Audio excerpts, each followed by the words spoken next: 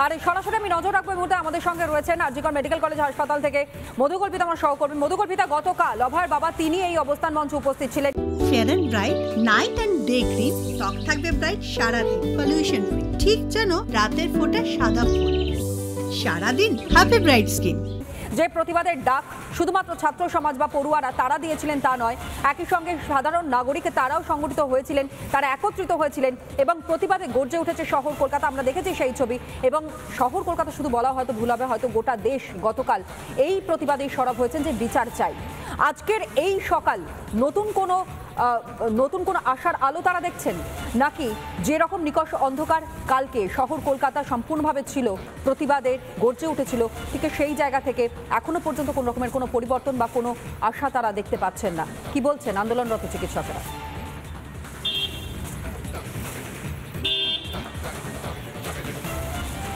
দেখো তনয়া, আন্দোলনরত চিকিৎসকেরা তারা কিছুক্ষণের মধ্যেই যে মঞ্চ সেখানে এসে উপস্থিত হবেন, আমরা অবশ্যই তাদের সঙ্গে কথা বলবো। তুমি যে কথাটা বলছিলে যে অন্ধকার থেকে আলোর দিশা, সেই আলোর দিশায় কোথাও গিয়ে খুঁজে পাওয়ার চেষ্টা করছেন যারা চিকিৎসকেরা রয়েছেন, তারা পুরো দেশবাসী তারাও খোঁজার চেষ্টা করছেন। আর এই যে পুরো ঘটনা, আরজিকরের ঘটনা, সেই ঘটনা নিয়ে সব থেকে বড় প্রশ্নটা উঠে আসছে পুলিশের ভূমিকা নিয়ে।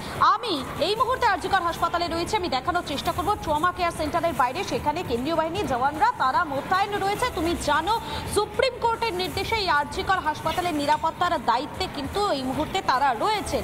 তনয়া, প্রশ্ন হচ্ছে যে সময়টা পুলিশ এই অ্যাক্টিভিটিটা দেখিয়েছেন, যে সময়টাতে পুলিশ নানান ধরনের যে কাজকর্মগুলো করছিলেন, যেমনটা অভয়ের বাবার দাবি যে প্রায় 300 থেকে 400 পুলিশ তাদের উপর চাপ সৃষ্টি করেছিল।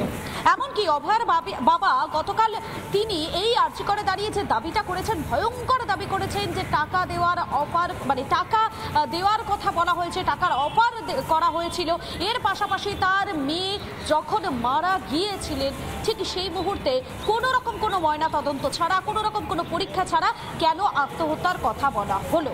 এই প্রশ্নগুলো অভয়ের বাবা তিনি গতকাল থেকে লাগাতার করছেন এবং তিনি বিচার চাইছেন। প্রশ্ন হচ্ছে তনয়া, পুলিশের এই সক্রিয়তাটা যেখানে প্রয়োজন ছিল, যে মুহূর্তে প্রয়োজন ছিল, সে মুহূর্তে যদি তারা সক্রিয়তাটা দেখাতো তাহলে হয়তো অভয়ের বিচার পেতে রাস্তাটা আজকে অনেকটা বেশি মসৃণ হতো। যে সেমিনার রুম যেটা সব থেকে বেশি সুরক্ষিত রাখার কথা ছিল, সেই সেমিনার রুমটা যদি সুরক্ষিত রাখার ব্যবস্থা করা হতো, অভয়ের বাবার যেমনটা দাবি যে 300 থেকে 400 পুলিশ তাদের উপর চাপ সৃষ্টি করছিল, এই চাপটা সৃষ্টি না করে যদি সেমিনার রুমটা পুরোপুরি ঘিরে ফেলা হতো।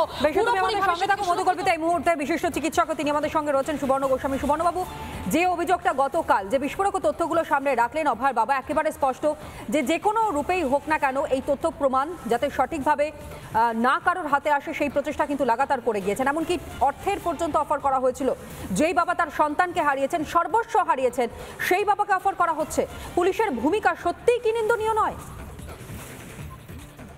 আপনাদের মনে থাকবে ঘটনা 9 তারিখে, তার ঠিক দুদিনের মাথায় 11 তারিখে আমি মিতার পরিবারের সঙ্গে দেখা করে বেরিয়ে আপনাদের ক্যামেরায় এই একই অভিযোগ করেছিলাম যে তারা আমাদের জানিয়েছেন যে পুলিশের এক উচ্চপদস্থ আধিকারিক হচ্ছে তাদেরকে মিতার তখনও সৎকার হয়নি, ঠিক সেই সময় ওর মাকে আলাদা করে ডেকে বড় অঙ্কের টাকা অফার করেছিলেন মিটমাট করে নেবার জন্য। এবং সেই অভিযোগ গতকাল মিতার মা নিজে করেছেন, সকলের সামনে আপনাদের শুনেছেন। ফলে প্রথম থেকেই আমরা প্রশ্ন তুলছি যে কেন এই পুলিশের উচ্চ পদাধিকারী যার কাজ হচ্ছে তদন্ত করে দোষীদের খুঁজে বের করা, তারা কেন এই রাজনৈতিক বোর্ডে কাজ করবে যে রাজনৈতিক দলের, শাসক দলের যারা মাথা, তারা যাতে বিপদে না পড়ে সেই জন্য টাকা অফার করবে, তাদের দালাল হিসাবে কাজ করবে, তাদের পুলিশের মারফত টাকার অফার যাবে মিতার সদ্য সন্তান হারা পিতা মাতার কাছে। এবং তারপরে তারা তথ্য প্রমাণ লোপাট করবার জন্য এমন জায়গায় যাবে যে অভিজ্ঞদের মতো লোক, সে দেখা যাচ্ছে অন ক্যামেরা। কলকাতা পুলিশ সাংবাদিক বৈঠক করে বলছেন উনি ওনাদের ফিঙ্গারপ্রিন্ট এক্সপার্ট। ঠিক তারপর সেই দিনই সন্ধ্যেবেলায়, পরের দিন সন্ধ্যেবেলায় শাসক দলের ছাত্র সংগঠন তাকে সাধারণ সম্পাদকের পদ থেকে সরিয়ে দেওয়ার সময় বলছে তার ক্রাইম সিনে উপস্থিতি, মানে সবটাই চোখে আঙ্গুল দিয়ে দেখিয়ে দেওয়া হচ্ছে। তারপর গিয়ে কোথাও শাসকের মনে হচ্ছে যে না, এবার তাহলে পদক্ষেপ করতে হবে। পদক্ষেপ না যদি করা হয় তাহলে হয়তো আরো সমস্যা হতে পারে, আরো ব্যাকফুটে চলে যেতে পারে দল। তার কারণ সাধারণ মানুষ তারা জেগে উঠেছেন। ধন্যবাদ জানাই আপনাকে সুবর্ণ গোস্বামী, তিনি আমাদের সঙ্গে ছিলেন, বিশিষ্ট চিকিৎসক। কিন্তু যে অভিযোগগুলো পরপর সামনে এসেছে, একটার পর একটা অভিযোগ অভিযোগ এবং একটার পর একটা বিস্ফোরক তথ্য গতকাল অভয়ার পরিবার, অভয়ার বাবা তিনি দিয়েছেন। অভয়ার কাকা তিনিও বলেছেন যে মূলত অভয়ার মাকে দিয়ে সাদা কাগজে সই করানো হয়েছে। অভয়ার বাবা তিনি বলছেন তাদেরকে একটা অর্থ এই বিনিময়ে দেওয়া হয়েছে, কিন্তু অর্থটা কেন দেওয়া হয়েছে অভয়ার বাবার বক্তব্য আরো একবার আপনাদের সামনে তুলে ধরি। এবং এখানে কার্যত সমালোচনা করতে হচ্ছে কলকাতা পুলিশ শুধু নয়, একই সঙ্গে পুরো পুলিশ এন্টায়ার যারা এই গোটা বিষয়টাকে চাপা দেওয়ার চেষ্টা করেছিলেন তাদের বিরুদ্ধে সরব হতে হচ্ছে। আরো একবার সেই বক্তব্য আপনাদের সামনে রাখি, যে বক্তব্য শুনবার পর সত্যিই সোচ্চার হতে হচ্ছে। শুনুন।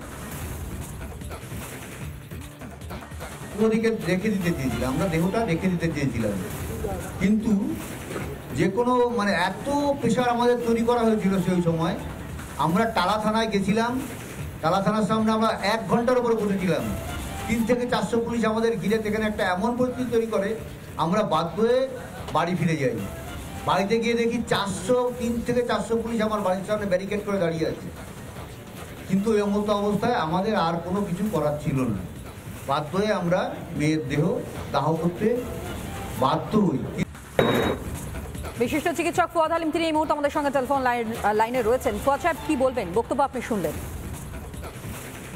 এটা তো স্পষ্টই, প্রথম দিক থেকে গোটা পশ্চিমবাংলার মানুষের কাছে প্রমাণিত যে আরজি করে মেয়েটি পোস্টমর্টমের পরে যে ঘটনাগুলো ঘটেছে এটা সভ্য সমাজে ঘটার কথা নয়। আমরা জানি যে পোস্টমর্টম হয়ে যাওয়ার পরে মৃতদেহ পোস্টমর্টম যে বাড়িতে হয়, যে ঘরে হয় মেডিকেল কলেজে, তার গেটে পরিবারকে হ্যান্ডওভার করা হয়। আমরা দেখলাম এই ক্ষেত্রে তা হয়নি। দ্বিতীয়, আমরা যেটা বুঝতে পারলাম তথ্য প্রমাণ সহ গোটা পশ্চিমবাংলা গোটা পৃথিবী জানে যে তৃণমূল কংগ্রেসের এমএলএ এবং কাউন্সিলর একজন আর্জি করে, একজন সোদপুরে দাঁড়িয়ে এই গোটা ঘটনা পোস্টমর্টমের পরে বডিকে নিয়ে রচনা করেছে এবং সেটা সবাই জানে। বাবা মা অসহায় অবস্থার মধ্যে এখন যে কথাগুলো ওনারা বলছেন এটা স্পষ্ট করে দিচ্ছে যে তৃণমূল কংগ্রেস পার্টির লোকজন শুধুমাত্র এর সঙ্গে যোগসাজশ করে এই ঘটনাটা ঘটিয়েছে তা নয়। পুলিশ অদ্ভুতভাবে প্রথম দিন থেকেই তারা একটা সক্রিয় ভূমিকা পালন করছে এই ঘটনাগুলোর প্রকৃত তথ্য এবং সত্যতাটা যেন সামনে না আসে, এবং ওনার কথা থেকে চলে আসছে যে পুলিশ তৃণমূল কংগ্রেসের পার্টির বক্তব্য শুনবার পর কিন্তু সেই বিষয়টাই কার্যত স্পষ্ট হচ্ছে। যে অভিযোগ বারংবার সামনে আসছিল, যে অভিযোগ প্রমাণ যা অভিযোগ করা হচ্ছে সেই সমস্ত প্রমাণ লোপাট করা হয়েছে, এবং আজ গিয়ে যে বক্তব্য আপনাদের সামনে রাখছি তার পরবর্তী সময় কিন্তু এই প্রশ্নটা সত্যিই ঘুরপাক খাচ্ছে। তথ্য প্রমাণ কি তাহলে সত্যি লোপাট করবার মরিয়া চেষ্টা চালানো হয়েছে?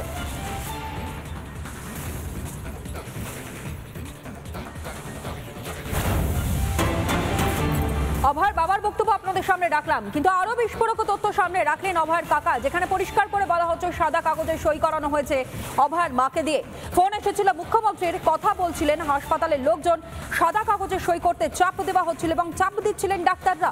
বিস্ফোরক অভিযোগ অভয়ার কাকার। 40 কি 3:10 হবে, আমরা তখন বাবাকে দেখে বেরিয়েছি। তার কিছুক্ষণ পরে ওই সাথে সিএম এর ফোন এসলো, তারা কথা বললেন। কথা বলার পরে ওরা কিছু ডাক্তার বললো আমি দাদাকে নিয়ে আর বৌদিকে নিয়ে একটা ঘরে আটকে রাখলো। সেখানে অন্তত কম হলে 15 জন ডাক্তার ছিলেন। তারা একটা সাদা কাগজ দিয়ে বলছেন আপনি এর মধ্যে সই করে দিন, আমরা যা দরকার আমরা এর মধ্যে লিখে নেবো, আপনি এখন টেনশনে আছেন। আমি বললাম কি ব্যাপার সাদা কাগজে সই করছেন কেন? যদি ওরা হয় তাহলে আমাদের বাড়ি থেকে 18 জন লোক ছিল, তা আমাদেরকেও রাখতে পারতো, তা তাকে দিত। এই পত্রটাই আমি রাখলাম।